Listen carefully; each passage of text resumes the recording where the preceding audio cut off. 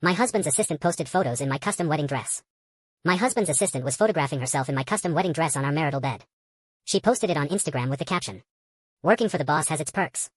Getting to experience this lifestyle, I'd die happy." Nathan Sterling commented instantly, "Don't talk about dying.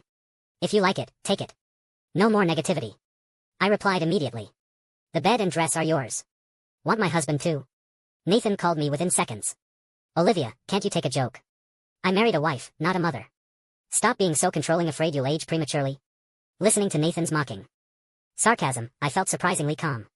Then let me make a joke too. After hanging up, I withdrew all partnerships with Sterling Corp. Since he loves jokes so much, I hope he'll be laughing at the end. Chapter 1. With our joint projects forcibly halted and payments suspended, Sterling Corp's cash flows suddenly dried up. Nathan's father called personally to ask why. I sighed, rubbing my temples. "Don't worry about it. We'll handle this ourselves." "But when will you handle it?" "It's not that I'm..." "Look, don't let a small disagreement affect both our businesses." "That depends on Nathan's attitude. His father must have pressured him." That night, Nathan called countless times. I didn't answer once. When I woke, I saw his messages. I didn't know she was trying on the dress. By the time she posted the photos, it was done. What could I do? It was just trying it on and taking photos. "Why are you being so petty? Now you're tattling too." Anger burning in my chest, I called him back, trying to explain what I was actually upset about. "That dress was custom made. I waited a year for it. It's for our wedding day." "Nathan, that bed is our marital bed." There was a pause before his impatient voice came through. "So what? She already wore it, lay on it. Can I turn back time? You're withdrawing funding to force me to apologize over this trivial matter?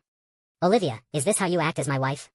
Nathan's attitude showed no remorse, each word stabbing into my heart. All these years, I'd understood his difficult position in the Sterling family, never speaking harshly to him. If only he'd explained properly when he saw the Instagram post, instead of casually giving away something I'd personally designed. Since that's how it is, there's nothing more to say. I don't like my things being touched by others. I don't want the dress. Or the bed anymore. Have her pay for them. When I sent him the invoice, Nathan stared at the $6 million bill in shock. 1 month. "If you can't pay, I'll press charges for breaking and entering, theft." Nathan smashed quite a few things in rage. He brought Sophia Chen to my office, plopping down on the sofa. I brought her to apologize. She was just picking up documents for me that day. "Don't make false accusations about breaking and entering." My hands tightened on the desk. "We just finished decorating the wedding suite. You haven't even been there." "What documents?" Nathan froze. I continued. 6 million. Not a penny less. Sophia's eyes reddened, gently tugging Nathan's sleeve. "Nathan, you know my situation. How could I possibly?" Nathan patted her hand reassuringly. "Don't worry. Just apologize. I'll handle the rest." Nathan spoke with certainty, as if he could definitely change my mind. Just like all these years, every time he upset me, he'd use the same tactics, always assuming I'd back down first. But this time, I wasn't retreating. Chapter 2.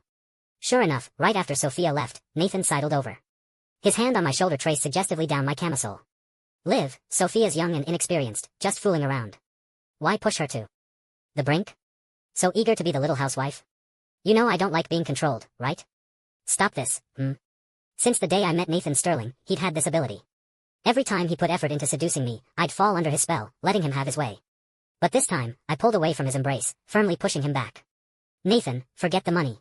Fire her, and I'll find you a new assistant." We stared at each other in silent confrontation. Finally, Nathan nodded in compromise. "Fine. Sophia won't be my assistant anymore. But I don't want whoever you arrange either." That was fine. I nodded. Nathan said nothing more. I thought our crisis was temporarily resolved. Until I saw Sophia at a business cocktail party, holding his coat, waiting by his car. I was trapped by a business partner. By the time I looked again, Nathan had disappeared. An overnight investigation revealed Nathan had indeed fired her from the company. Now Sophia was his personal assistant and driver. Seeing the report, I actually laughed in anger. When I found Nathan, he was playing cards with trust fund kids in a private room at a club. I pushed open the door to find him teaching Sophia. Half his body leaned against her shoulder, holding her hand, showing her which card to play. Seeing me, he showed no embarrassment. Unhurriedly straightening up, he withdrew his arm from Sophia's shoulder. I didn't want to make a scene publicly. "Nathan, I'm here to take you home." He smiled, leaning his head on my shoulder, his alcohol-tinged breath on my face. My pores tightened, a shiver running down my spine. "Then let's go home." He turned to Sophia. "Come on. How can I get home without my driver?" Nathan's friends whistled at him, some winking and saying he'd have fun tonight. I ignored them. Sophia had adapted perfectly to this environment, saying goodbye to each of them. Chapter 3. Nathan had been drinking, leaning against me. I silently put my arm around him, asserting my claim.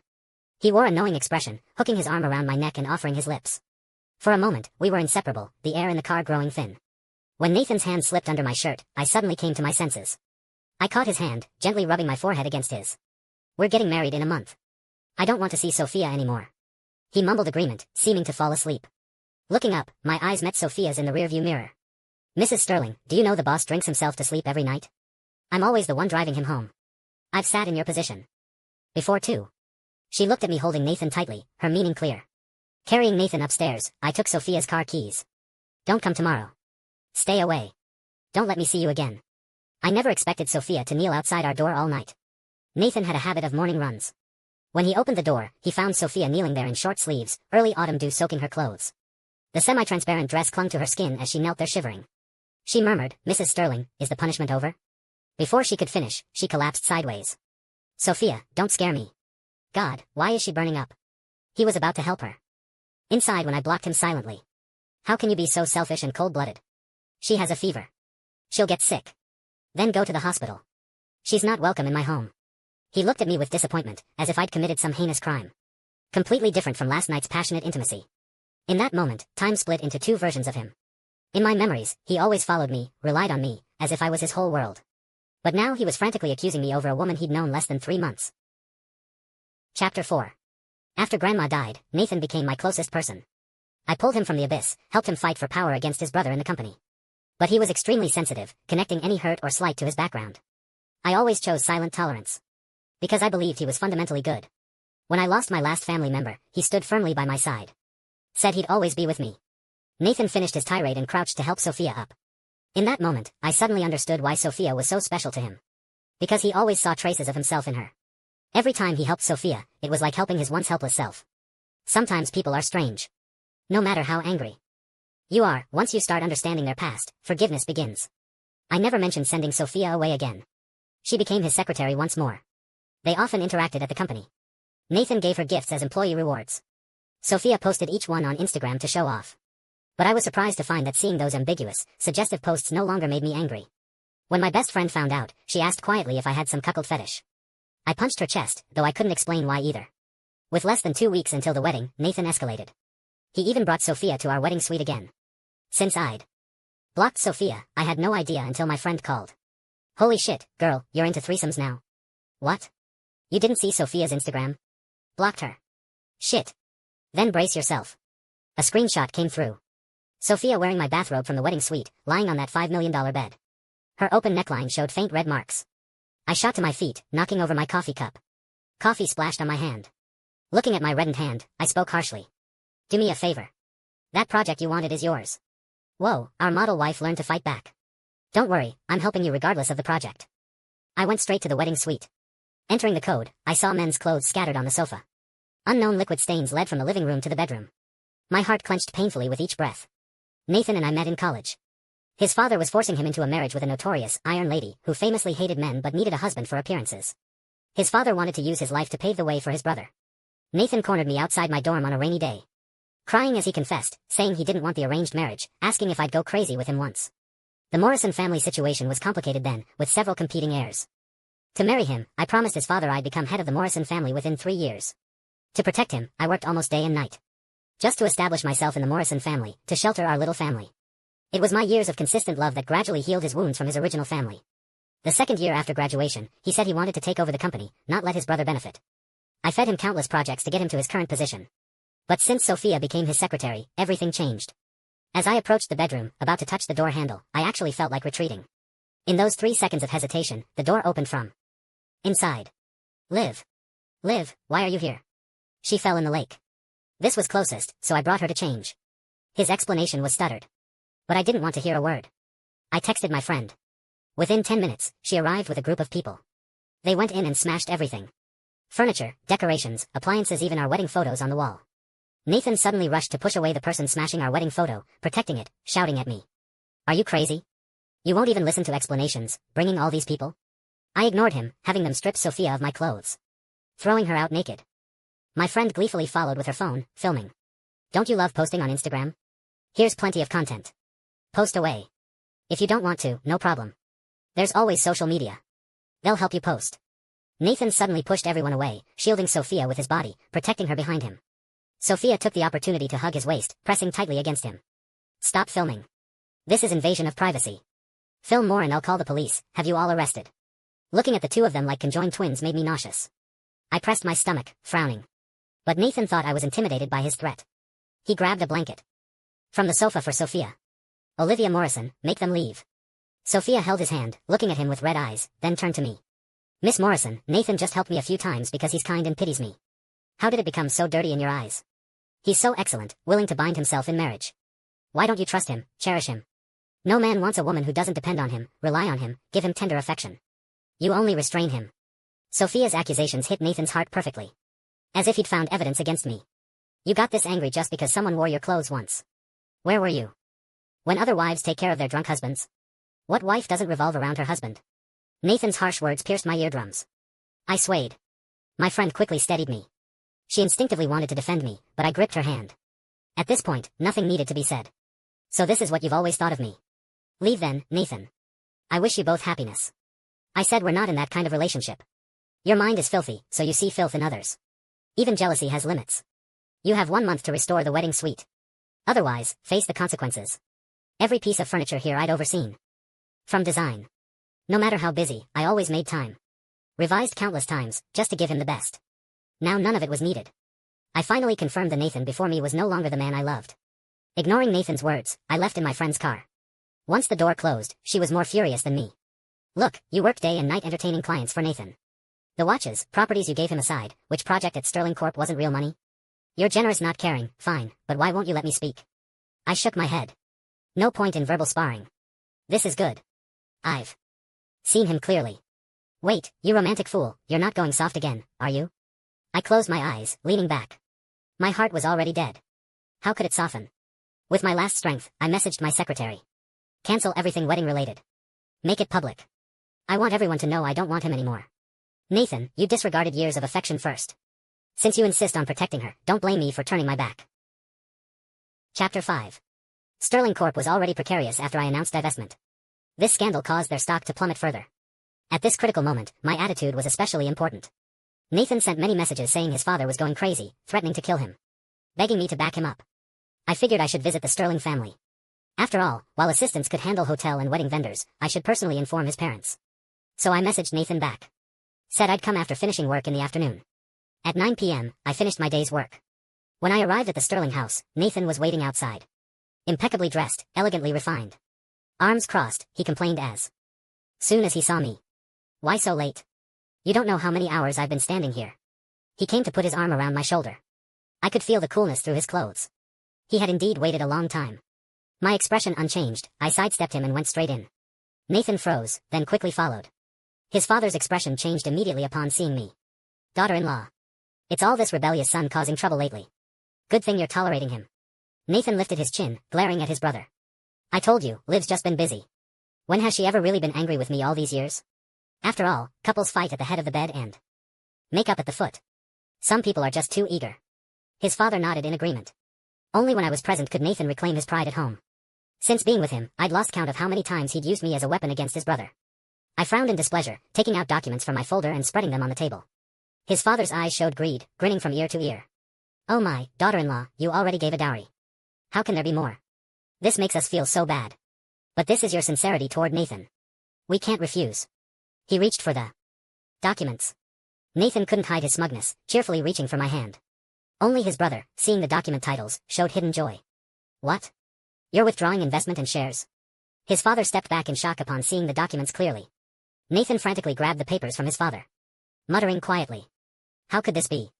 Liv, aren't we getting married? At this time. I've cancelled everything for the wedding. I won't marry you. All these years, to fund Sterling Corp, none of the prototypes I ordered were actually produced. You have 3 months. Either deliver qualified prototypes or pay the breach of contract penalties. Seeing the astronomical penalties on the contracts, his father slapped him hard. Rebellious waste. I don't care anymore. If you dare drag Sterling Corp down, I'll kill you. He didn't dare look at me again, pushing everything onto Nathan before quickly leaving. Nathan finally realized I was serious. Grabbing my arm, eyes red, voice trembling. We really didn't do anything. Let me explain, please. I slowly withdrew my arm. Nathan, do you miss me, or the power I hold? When you first came to me, did you really love me, or was I just the most suitable weapon against your family? Nathan's face drained of color, looking at me in disbelief. Chapter 6. I had Sophia's naked video posted online. It sparked netizen interest, and she got doxxed. They discovered she'd been seducing rich men for money since college. Nathan wasn't her first. The scandal exploded. Nathan started contacting me frequently, often waiting in my office with food for hours. I avoided him every time. But I'd been working overtime lately, sometimes sleeping at the company. This day he'd been drinking, used the elevator card I'd given him before to sneak in. Upon seeing me, he cried about how Sophia had nothing. Swearing oaths, even kneeling. I just watched coldly. Until he started unzipping his pants. I instinctively blocked the security camera, wrapping him in my jacket. Nathan, have you no shame? No one's here anyway. I'm your husband. I'm not afraid. What are you afraid of? I won't marry you. Nathan's tears fell as he asked quietly. You really won't forgive me? I sighed, for the first time calmly telling him. From the moment you let her into our wedding suite, gave her privileges, you should have known we'd inevitably reach this point. Let's not make it too ugly. Let's part amicably. After Nathan left that day, he never bothered me again. My work entered a critical phase. I couldn't worry about him, focusing on work instead. But I never expected Nathan to cause trouble again. My assistant suddenly came to me in panic. Ms. Morrison, the bidding team says our base price was leaked. I checked the security footage. Only Mr. Sterling came during that time. Instantly, rage shot from my feet to my head, my ears ringing. I bit my tongue, forcing myself to calm down. For this project, the entire company had worked overtime for 6 months. Nothing could go wrong. I sped to the bidding site, simultaneously filing charges for corporate espionage and bid manipulation to freeze all of Nathan's accounts. On the way, I had my assistant check Nathan's car's dashcam. Sure enough, we found evidence of him and Sophia being intimate in the car. I contacted people on site to play the video. When I arrived, the video was playing the heated parts. Nathan screamed for them to turn it off. Sophia was much calmer, just covering her face with clothes and quickly leaving. I walked into the venue step by step, surrounded by mocking or sympathetic looks. Seeing me, Nathan looked like he'd seen a savior. Liv, these are all fake, synthesized. Someone's framing me. Looking at him, I said coldly. Yes, if you were framed, I'd fight to the death to protect you. But Nathan, were you really framed? His eyes filled with tears, gripping my hand tightly. I calmly pushed him away. Nathan, the wedding was cancelled long ago. I warned you, make the Sterling family return everything they've taken over the years, or don't blame me for taking action. Chapter 7. Nathan cried without dignity, like a helpless child. I just wanted to help you get this land. Sophia said if I helped you get it, you wouldn't be angry anymore. Nathan, you've been at the company for years. Can base prices be casually leaked? Were you trying to help me or harm me? My hands shook in my sleeves with anger. Good thing I came before the bidding. If I'd been a step later, who knows what chaos would have ensued. Economic crime police arrived at the scene. After understanding the situation, they took Nathan away. Since no actual damage occurred, he only needed to cooperate with investigation and education. During Nathan's 2 weeks in custody, I relentlessly pressured the Sterling family. Now no one dared cooperate with them. His father, seeing I'd sent Nathan in, didn't dare be vague anymore. Started selling properties to pay me back. But it was far from what I'd given. Finally, Sterling Corp's cash flow broke. With no orders and workers from several factories protesting, it became trending news. Sterling Corp couldn't even afford bankruptcy proceedings. They could only struggle day by day. Meanwhile, Nathan in custody was the most relaxed. Another 2 weeks passed. I successfully won the project. Time to squeeze the last value from Sterling Corp. I had someone contact Nathan's brother, acquiring all Sterling factories at 30% below market value. His brother took the money and immediately went abroad. Of course, this was my suggestion. His father, at wit's end, drowned his sorrows daily, gradually fantasizing that when Nathan got out, he could win back my heart. I would help Sterling Corp return to its peak. So he scraped together the last bit of money to get Nathan out of jail. The day he was released, Nathan's hair was buzzed short. The light in his eyes gone, cowering. His father could say anything and he'd just nod. So his father forced him to seduce me. He drugged my drink. When I caught him, I called the police directly. Nathan was detained for a week. His father suggested using force on me. But the always submissive Nathan had learned to resist. He pushed his father, who unfortunately fell on a bottle. A 3-centimeter glass shard lodged in his brain. He became vegetative. Nathan couldn't afford the high medical costs. He could only work desperately. With a criminal record, no legitimate company would hire him. He distributed flyers, worked night shifts. As a cashier, even cleaned toilets. Some older women took interest in his looks, offering to keep him. But he refused them all. No matter how they humiliated him with words, he just kept muttering one sentence. No, Liv doesn't like her things touched. No one can touch me. Chapter 8. Hearing this from my friend, we silently finished our drinks. Neither of us kicked him while he was down. Just lamenting how things change. 6 months ago, I never imagined ending up like this with my fiancé. I poured another drink and downed it. Give him a stable job. Don't let those people harass him. You handle it. I trust you. After my friend left, I lay back on the sofa alone. College memories flashed before my eyes like a carousel. When Nathan made mistakes, I'd hoped daily for his repentance. But now that he repented, it was like a thorn in my heart. I could only numb myself with work, leaving everything to time. After 3 years single, friends started frantically arranging blind dates. You don't want to die alone, do you? Liv, your admirers could line up from here to France. Not a single one you like? Tisk, so many men going crazy for you. I calmly faced my friends' teasing. Only one fearless person nudged my shoulder. You're not still hung up on that guy, are you? I put down my glass, adjusting my watch. Laughing lightly. Bad luck to mention him. Ha ha ha, I knew it. So what's your type now? Let me find someone. My gaze crossed the crowd, landing on a booth in the corner. A boy in athletic were surrounded by others, drinking his first drink amid everyone's cheers. After that, no one dared make him drink more. My friend followed my gaze. Holy shit, you're not interested in the Ming family prince, are you? 5 years isn't much, but he's notoriously difficult. All beauty, no substance. You're not thinking of making a move? I was non-committal, looking at her like she was an idiot. Who said I was making a move? Bullshit. You never looked twice at any man all these years. You're definitely interested. Just say the word and I'll shut up. I slowly stood, walking toward the diagonal corner. A janitor passed by me. In that moment of eye contact, he panicked and dropped his tray. Liquid splashed on my shoes. My brow furrowed tightly. After all these years, I still hated my things being contaminated. The janitor kept bowing and apologizing. My friend, seeing my furrowed brow, knew my obsession was acting up. She quickly intervened. Bad luck. Leave now. If Ms. Morrison's little prince flies away, can you take responsibility? He kept bowing and apologizing. Looking at my pants wet with alcohol, I thought annoyed guess I'll meet him next time. My steps didn't pause. Just at the door, I heard a mutter. Why did that person seem familiar? I laughed softly. She practically lived at clubs. Even the dogs at the door knew her. After I completely disappeared, the janitor finally looked up. It was Nathan Sterling, looking 20 years older. Tears streaming down his face, he stared at where I'd gone. Turning back, he saw Ethan Ming surrounded by admirers. Nathan suddenly felt the boulder pressing on his heart disappear. So only someone like that deserved my love. Nathan pulled his mask up higher and continued cleaning. Our brief encounter hadn't let me recognize him. Our worlds would never intersect again.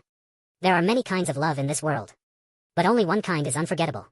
The day I decided to let Nathan go, I knew. My feelings for Nathan were more like pity.